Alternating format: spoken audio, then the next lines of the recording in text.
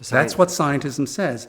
There are no deeper explanations than those that science provides, and science provides explanations for a broad range of questions that many people might look to philosophy or to religion for answers to. As science pushes back its frontiers, of course, the bigger the frontier, the more unknowns there are. Yeah. But in some respect, we begin to be able to answer questions that had long been held as the privileged domain of philosophy.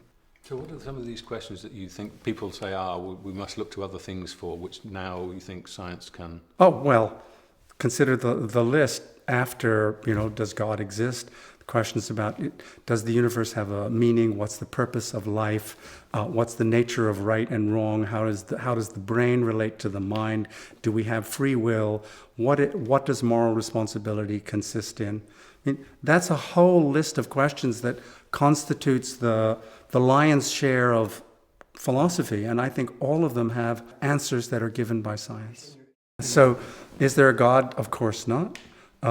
What is the meaning of the universe? It doesn't have any. What is the purpose of life? Ditto. Is there a difference between right and wrong, good and bad? There's not a moral difference between them.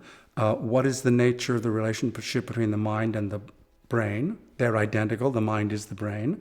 Is there free will? Not a chance. Does the lessons of the past have any particular bearing that would help us cope with the future?